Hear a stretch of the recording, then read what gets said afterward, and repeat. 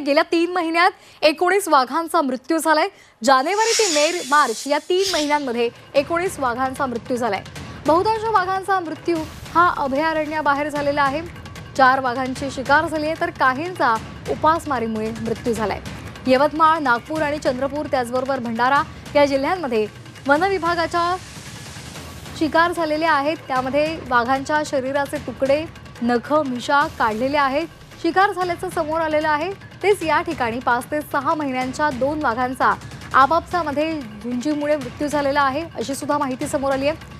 काही मृत्यू हे संशयास्पद सुद्धा आहेत। यात 19 वाघांच्या मृत्यूमध्ये बहुतांश वाघांचा मृत्यू हा अभयारण्याबाहेर झाल्याचं सुद्धा समोर आलंय। या वाघांचा मृत्यू उपासमारीमुळे झालेला आहे तर 3 वाघांचा रस्ते अपघातामध्ये मृत्यू झालाय।